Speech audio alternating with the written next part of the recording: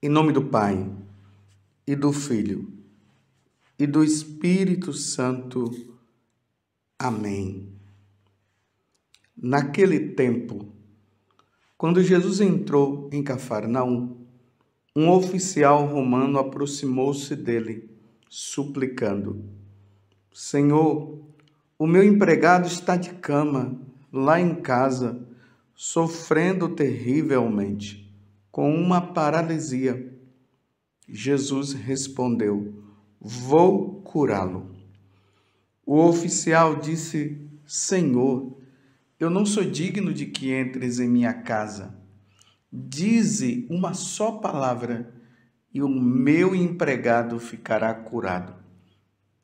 Pois eu também sou subordinado e tenho soldados debaixo de minhas ordens. E digo a um: vai, e ele vai. E a outro: vem, e ele vem. E digo ao meu escravo: faze isto, e ele faz. Quando ouviu isso, Jesus ficou admirado e disse aos que o seguiam: em verdade vos digo, nunca encontrei em Israel alguém que tivesse tanta fé. Eu vos digo, muitos virão do Oriente e do Ocidente e se sentarão à mesa no reino dos céus, junto com Abraão, Isaque e Jacó, enquanto os herdeiros do reino serão jogados para fora, nas trevas, onde haverá choro e ranger de dentes. Então, Jesus disse ao oficial: vai e seja feito como tu creste. E naquela mesma hora, o empregado ficou curado. Entrando Jesus na casa de Pedro, viu a sogra dele deitada e com febre. Tocou-lhe a mão e a febre a deixou. Ela se levantou e pôs-se a servi-lo. Quando caiu a tarde, levaram a Jesus muitas pessoas possuídas pelo demônio. Ele expulsou os espíritos com sua palavra e curou todos os doentes, para que se cumprisse o que foi dito pelo profeta Isaías. Ele tomou as nossas dores e carregou as nossas enfermidades. Palavra da salvação. Glória a vós, Senhor. Meus irmãos e minhas irmãs, estamos agora no capítulo 8 do Evangelho de São Mateus, os versículos 5 a 17. E eu queria trazer aqui para vocês a admiração de Jesus. Jesus ficou admirado com esse oficial romano que era um pagão. É preciso notar isso. O oficial romano era um pagão. Ele adorava os deuses do panteão, Júpiter e assim por diante. E ele se dirige a Jesus para pedir a Jesus que ele curasse o empregado dele, que estava de cama. Imagina, era para ele ir atrás dos deuses dele, mas por que ele foi atrás de Jesus? Provavelmente porque a fama de Jesus já tinha se espalhado por toda a região. Então ele foi lá pedir a Jesus essa cura. É preciso notar que o evangelho ele se dá diante de duas situações. Um oficial romano que está em casa, sofrendo terrivelmente com uma paralisia. A sogra de Pedro, que estava com febre, e depois Jesus cura ela também, ela cura o empregado do oficial, cura a sogra de Pedro, depois as pessoas levam muitos outros doentes, endemoniados e tudo, e Jesus cura também e liberta os que estão com os espíritos malignos. E ali se vê aquela passagem do profeta Isaías: ele tomou as nossas dores e carregou as nossas enfermidades, que está em Isaías 53. Mas dentro de tudo isso, como eu disse no início, eu queria trazer a admiração de Jesus. Jesus se admira com um pagão, um soldado romano. Na hora que Jesus disse que ele estava indo na casa para curar esse empregado dele, ele disse: não precisa ir, não. Ele agora, quando ele diz que Jesus não precisa ir, é que ele está reconhecendo o poder de Jesus, está reconhecendo quem é Jesus, e eles sabem também que um judeu não podia entrar na casa de um pagão. Aí ele diz: olha, eu não sou digno de que o Senhor entre na minha casa. Você lembra que nós falamos sempre isso na celebração da liturgia, na hora que nós vamos comungar, receber nosso Senhor Jesus Cristo. O sacerdote apresenta: eis o Cordeiro de Deus que tira o pecado do mundo. E nós respondemos, o povo responde: Senhor, não sou digno de que entreis em minha morada, mas dizer uma palavra e serei salvo. Aqui está a admiração de Jesus diante daquele homem. Chama Jesus de Senhor e fala que Jesus não precisaria entrar na casa dele, porque ele sabe que o que é o da ordem, assim ele dá ordem também para os soldados, e Jesus é só dar ordem. E não entre na minha casa. Jesus se admirou por isso ter saído da boca de um pagão. Aqui Lucas está mostrando que os pagãos se converterão. Os pagãos se voltarão para nosso Senhor Jesus Cristo. Ao mesmo tempo que Jesus se admira, ele está um pouco decepcionado também com aqueles que deveriam ter esse reconhecimento, que seria justamente o povo judeu. E eles não estavam, principalmente as autoridades religiosas, elas não estavam aceitando Jesus, estavam com firme propósito de matá-lo. E aí Jesus vem e fala que é essa parte aqui que eu vejo que é importante também para a nossa meditação. Eu vos digo, Jesus está dizendo, muitos virão do Oriente e do Ocidente e se sentarão à mesa no reino dos céus junto com Abraão, Isaque e Jacó. Muitos, tá vendo? Jesus agora está abrindo o leque. No Oriente, no Ocidente, muitos se converterão e se salvarão. E quando ele fala sentarão à mesa no reino do céu junto com Abraão, Isaque e Jacó, ele está dizendo aqueles que se salvarão estarão no céu. Estarão no céu comigo muitos. Ele está dizendo muitos, ele não está dizendo todos.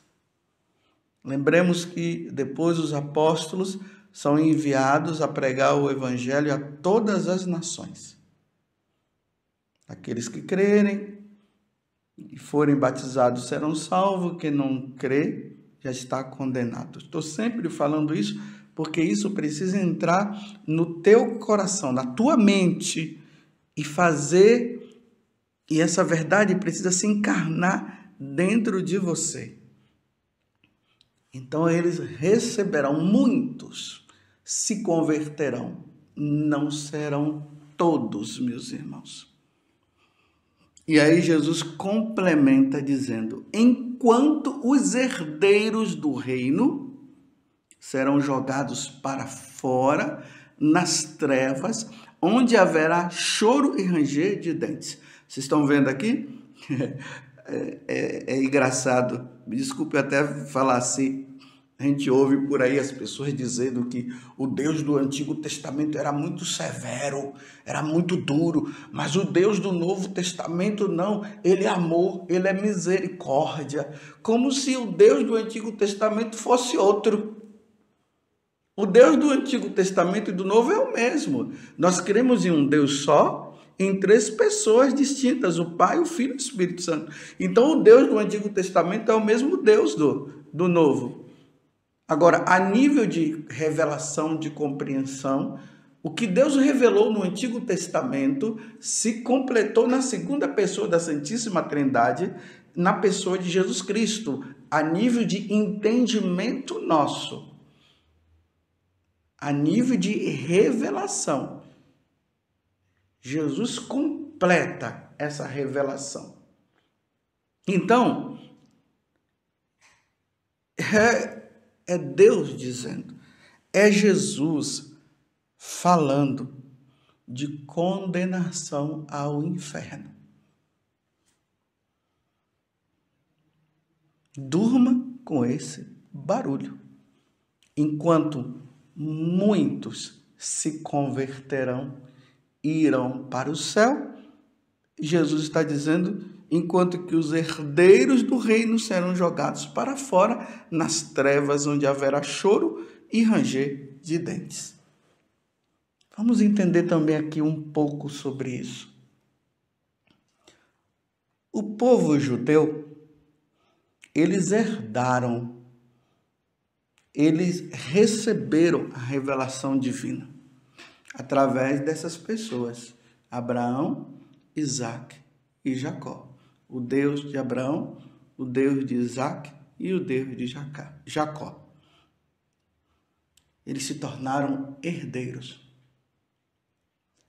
Logo depois, com a vinda de Jesus, haveria uma necessidade de eles se converterem, se voltarem agora para Jesus Cristo. E eles negaram Jesus, não quiseram saber de Jesus.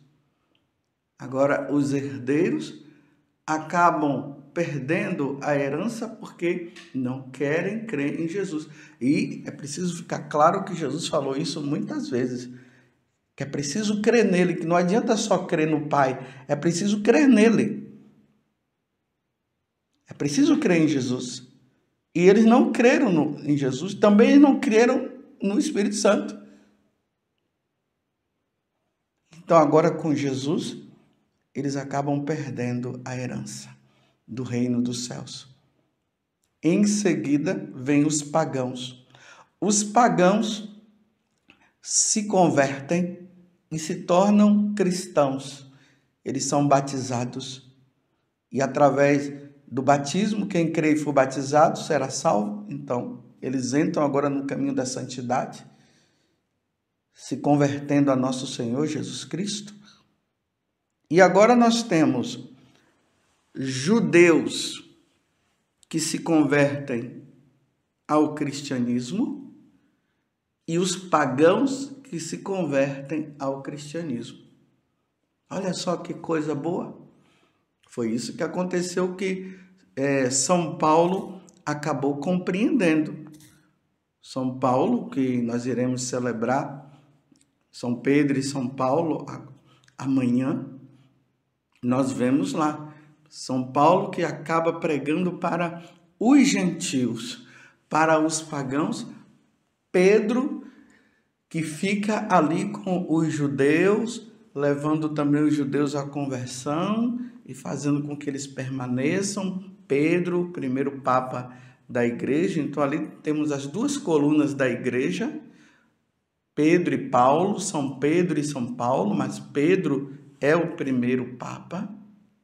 Então, os judeus se convertem ao cristianismo, são batizados, aceitam Jesus e começam a seguir nosso Senhor Jesus Cristo. Os pagãos, que agora viviam numa vida de pagão, adorando os seus deuses, eles voltam, vêm agora, se convertem. Então, do Oriente e do Ocidente, muitos se converterão e vão participar do banquete na mesa no reino dos céus, junto com Abraão, Isaque e Jacó. Ficou claro, né, para você? Agora, meus irmãos, Jesus chega, diz o seguinte, que muitos vão se converter e depois ele diz, enquanto os herdeiros do reino, agora, meus irmãos, é uma coisa que implica com nós. Os convertidos que se tornaram herdeiros do reino dos céus começam a viver uma vida de pagão. Compreenderam? Agora Jesus está dizendo assim, muitos irão do Oriente e do Ocidente e se sentarão à mesa no reino dos céus, junto com Abraão, Isaque e Jacó. Enquanto os herdeiros do reino, agora os herdeiros, vamos dizer assim, os pagãos que se converteram, os judeus que se converteram, serão jogados para fora nas trevas, onde haverá choro e ranger de dentes. Por quê? Porque voltaram a uma vida de pagão. E é isso que está acontecendo hoje na igreja. O paganismo muito grande. Essas ideias modernas que estão sendo trazidas. E aí vem aquelas questões. Tudo é permitido. Tudo pode fazer. O importante é adorar Jesus, mas se adorando Jesus, você pode pecar, você pode ir contra os mandamentos. E nesse interim, meus irmãos, muitos que não querem saber, que não estavam querendo saber de Jesus, eles estão se convertendo também. Então tem muitos que estão se convertendo e aqueles que são os herdeiros agora, os católicos, muitos estão se perdendo também. Vocês estão entendendo que confusão que está o mundo? E a pergunta é, aonde você está? De que lado você está? Você está levando uma vida como os santos viveram? E por isso eles herdaram o reino dos céus? Ou você hoje é aquele herdeiro que está perdendo a herança? Está vendendo a sua herança, trocando a sua herança por porcaria, pelo pecado, e não quer viver mais a santidade? Aonde você está? Aonde eu estou? Muitos virão do Ocidente, do Oriente, e se sentarão com Abraão, Isaque e Jacó no reino dos céus. Enquanto os herdeiros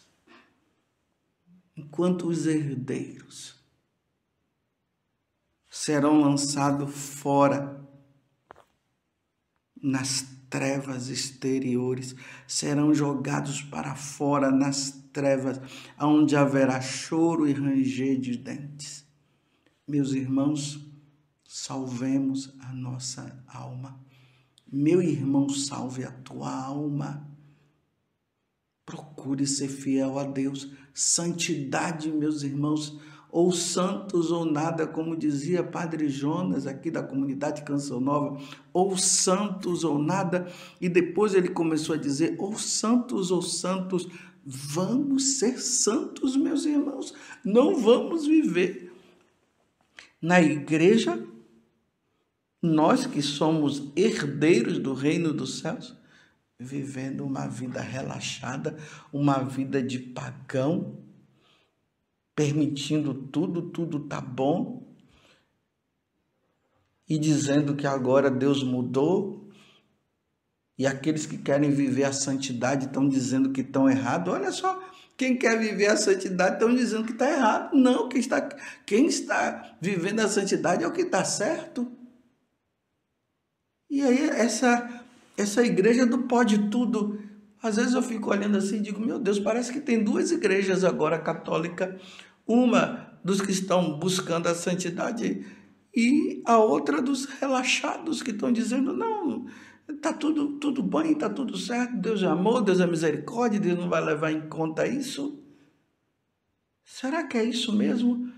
Olha, eu estou lutando para permanecer na igreja que busca a santidade. A igreja de Santa Teresinha, a igreja de Santo Afonso Maria de Ligório, a igreja de Santo Agostinho, de São João Crisóstomo, a igreja de Santa Clara, de Santa Filomena, de São João Maria Vianney. Essa igreja desses homens e mulheres que buscavam a santidade, essa igreja dos relaxados, não, isso não. Que Deus me dê a graça da santidade e conceda a você também a graça da santidade, para que Jesus possa se entusiasmar e se alegrar com você e dizer, esses são aqueles que viverão com Abraão, Isaque e Jacó. Deus me livre de Deus dizer que eu estarei nas trevas exteriores e ali haverá choro e ranger de dente. Aonde você está? Ó Virgem Santíssima, não permitais que eu viva e nem morra em pecado mortal. Em pecado mortal não hei de morrer, que a Virgem Santíssima há de me valer. Valei-me, Virgem Santíssima. Louvado seja nosso Senhor Jesus Cristo, para sempre seja louvado, e a sua mãe, Maria Santíssima.